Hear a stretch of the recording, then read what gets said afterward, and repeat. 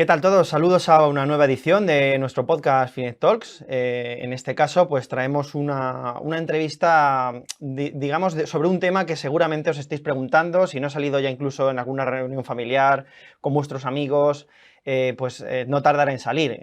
Nos vamos a una recesión, nos vamos incluso posiblemente quizás a una crisis económica como la de 2008.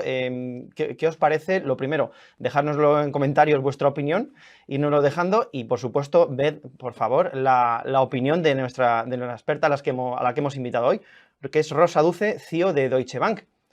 Rosa, ¿qué tal? ¿Cómo estás? Hola, buenos días, ¿qué tal? Bueno, es un tema que no, la verdad es que no, hace un año o hace año y medio no nos pensábamos que íbamos a tratar, o no pensábamos que íbamos a tratarlo tan pronto, la verdad, Mm. y no es plato de un gusto, pero bueno, la preocupación está en la calle.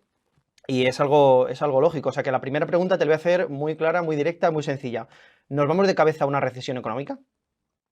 Sí, ¿para qué te voy a decir? También te lo voy a responder yo muy sencillo, sí.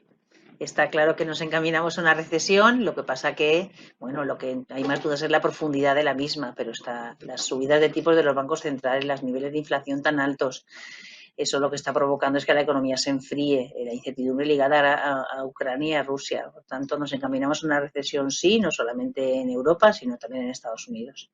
Teniendo claro el escenario, que nos vamos a una recesión, ahora la siguiente pregunta es ¿cómo de profunda podría ser? O sea, ¿podría desembocar en una crisis económica incluso más grave que la de 2008 o al mismo nivel? No, en principio no. Yo creo que la gran diferencia es en el año 2008, nos guste o no nos guste, vivimos en un sistema capitalista y nos pegaron un torpedo al sistema capitalista porque se produjo una crisis bancaria, ¿no? Entonces, bueno, pues un sistema capitalista necesita el sector financiero y el sector financiero, como sabemos, se congeló todo, no funcionaba el interbancario, muchas empresas, muchos bancos tuvieron que ser rescatados, no tiene nada que ver. Ahora estamos en una situación en la que nos encaminamos a una recesión como consecuencia de una situación cíclica que hace que las economías estén creciendo mucho más de lo que se esperaba y que, por tanto, la inflación esté creciendo mucho más de lo que se esperaba y, por tanto, los bancos centrales tengan que subir los tipos mucho más de lo que se esperaba. Y esto conlleva a que los propios bancos centrales están buscando frenar la inflación y, como consecuencia de esa búsqueda de esa necesidad de frenar la inflación y de frenar y de enfriar las economías, están subiendo los tipos de interés y esto nos va a llevar a una recesión. El problema ahora mismo quizás sea que mucha gente ahora mismo ve que entramos en una recesión, pero claro, entramos en teoría más endeudados que en 2008. Esto no sé si hay alguna manera de solventarlo o si ves que puede ser un problema adicional a esta recesión. Bueno, a ver, cuando hablamos de endeudados, tenemos que definir con respecto a qué agente económico es el que está más endeudado. Si comparamos los niveles de deuda que tienen empresas y familias hoy con respecto al que tenían antes de la crisis financiera, claramente la deuda de empresas y familias es mucho más baja. Si nos fijamos en la deuda del Estado, evidentemente esa no. Esa es mucho más alta. Por tanto, realmente depende del agente económico. No podemos decir que estamos más endeudados. Algunos agentes económicos están más endeudados que otros. Y luego, un tema importante. Esto es una recesión que viene derivada de una situación excepcional. Nosotros veníamos de una pandemia. Durante la pandemia se ha generado muchísimo ahorro. Ese ahorro acumulado es el que llevó a partir de verano del año 2021 a que se creciera mucho el gasto o la demanda de bienes, primero de bienes y ahora también de servicios. Y eso nos llevó a una situación en la que el exceso de demanda con una oferta que, como las fábricas habían estado paradas, pues no era suficiente para satisfacer esa demanda, pues ya desde el año pasado, incluso antes de la guerra de Ucrania, ya estaban subiendo los precios. Con la guerra en Ucrania lo que se hace es que esa sensación de esos cuellos de botella que había en la producción, pues se añade a todo eso, se añade el hecho de que suben mucho los precios de la energía y de los alimentos. Todo eso conlleva una situación de inflaciones muy altas en un entorno en el que hay mucho dinero acumulado porque hay mucho ahorro acumulado y además las tasas de paro están en niveles muy bajos. Así que los bancos centrales se están encontrando en un momento en el que tienen que enfriar mucho la economía porque con subidas de tipos normales no es suficiente. Tienen que salir de situación de tipos cero, que era normal, a llevar a niveles neutrales o contractivos para conseguir que la economía se frene. Y el sector público, claro, en estos entornos el sector público lo que hace es intentar paliar la caída, ¿no? Entonces, por eso estamos hablando de que estamos más endeudados, sí, pero el sector público ahora también está generando mucho más ingresos. Así que al final se está gastando mucho dinero, pero también es verdad que también se está recogiendo mucho dinero. Y en Europa, por ejemplo, ¿qué porcentaje de responsabilidad? Porque veo muchas veces en la televisión, sobre todo en debates y tal, que asocian directamente guerra de Ucrania y Rusia a inflación. De hecho, es que lo hemos visto que parece que es como que fuera incluso la única causa en algunos momentos, pero no es No, para nada así. no, ¿Qué no lo porcentaje es. tendría de responsabilidad sobre la crisis que tenemos ahora? ¿La tendríamos sin la guerra también, esta recesión?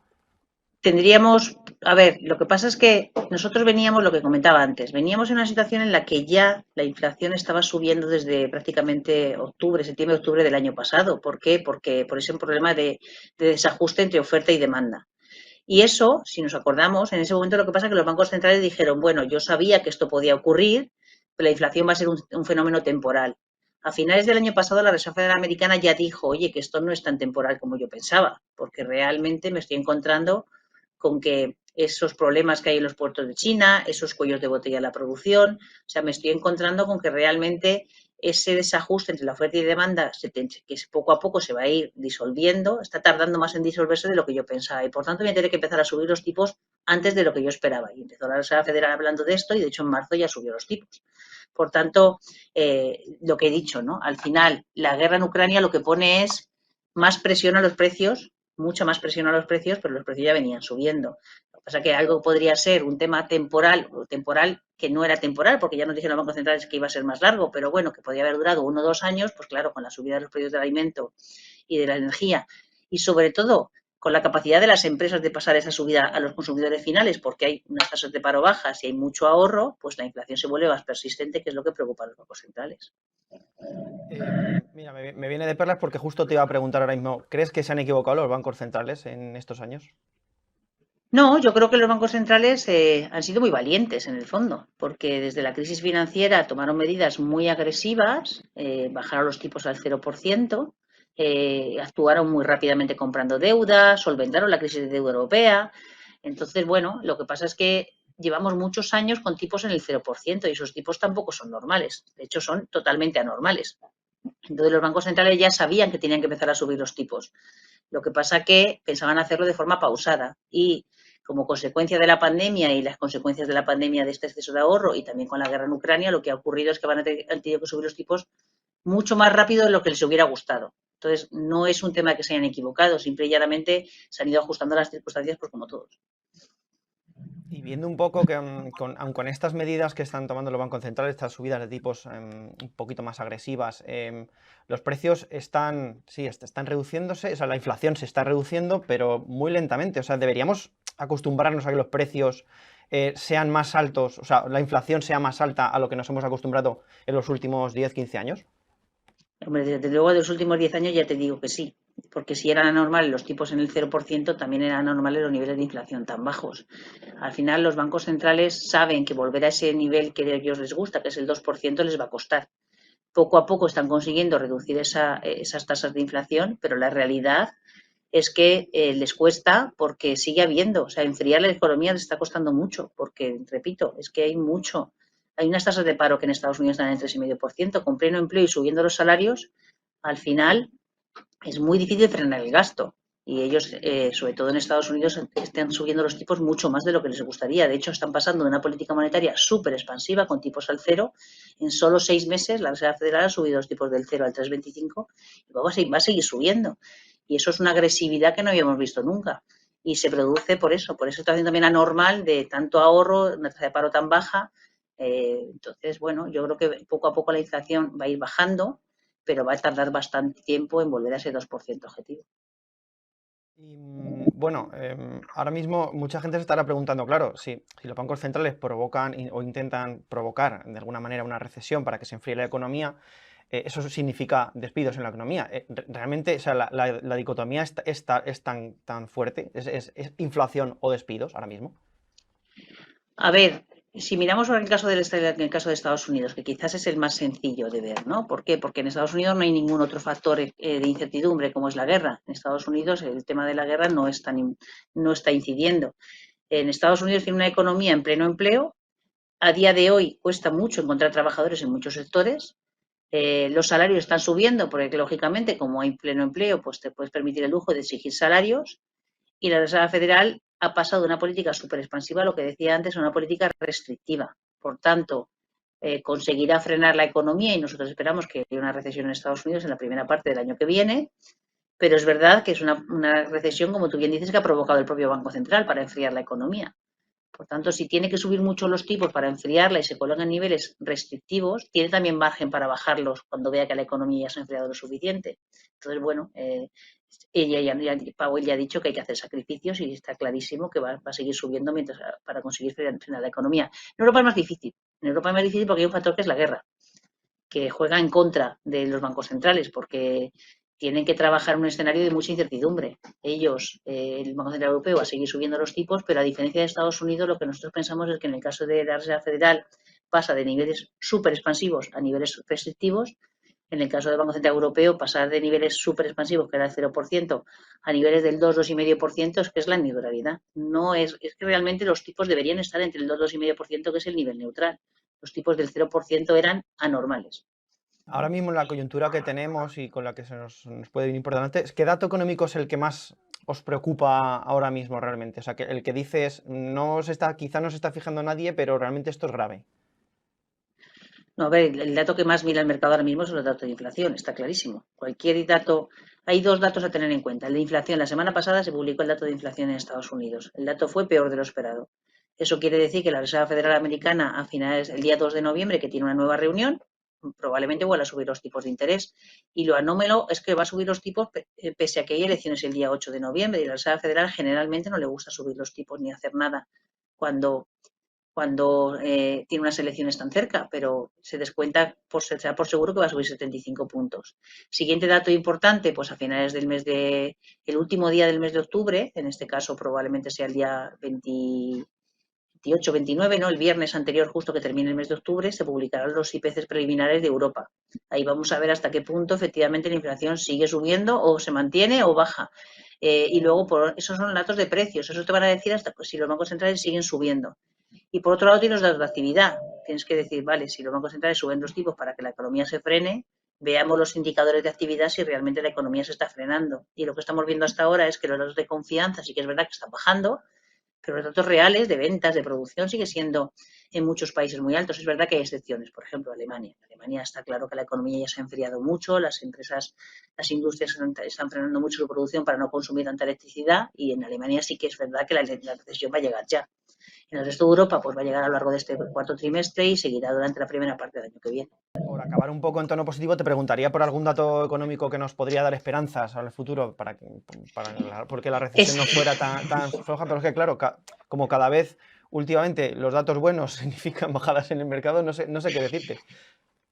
A ver, esperanza, yo creo que primero tenemos claro que va a haber una recesión, pero también casi todos los analistas creemos que va a ser una recesión relativamente corta, porque es una recesión provocada por unos bancos centrales que suben los tipos de interés. Por tanto, en el momento que los bancos centrales consigan frenar o dejen de subir los tipos, la economía probablemente empezará a repuntar. Y luego tenemos algo positivo, y es lo que hablas al principio. Es verdad que tenemos deuda pública, pero a día de hoy hay mucha política fiscal. O sea, lo que realmente pensamos es que nuestro escenario principal es que en Europa va a haber una recesión, pero no muy profunda, porque la política fiscal va a seguir ayudando a las empresas familiares más necesitadas. Tenemos el fondo Next Generation, hay mucha inversión pública y eso va a poner un suelo a la caída del crecimiento. Y pensamos que a partir de mediados del año que viene la economía empezará a remontar. O sea, que realmente estamos hablando de un mal invierno. Datos que podemos ver positivos, pues eso, en el momento que veamos que la inflación se modera, los bancos centrales empezarán a pensar que ya han llegado a máximos y el mercado se recuperará y la economía poco a poco irá repuntando. Desde luego es la recesión más telegrafiada de la historia. O sea, es que hemos ido siguiéndola prácticamente día a día, minuto a minuto, y es algo que viene, cuando normalmente no ha sido así. O sea, me recuerda un poco como cuando la guerra pasó de escribirse y de mandar artículos al periódico a que las cámaras estuvieran en ella. O sea, es un poco el símil parecido. O sea, estamos viviéndola prácticamente al minuto.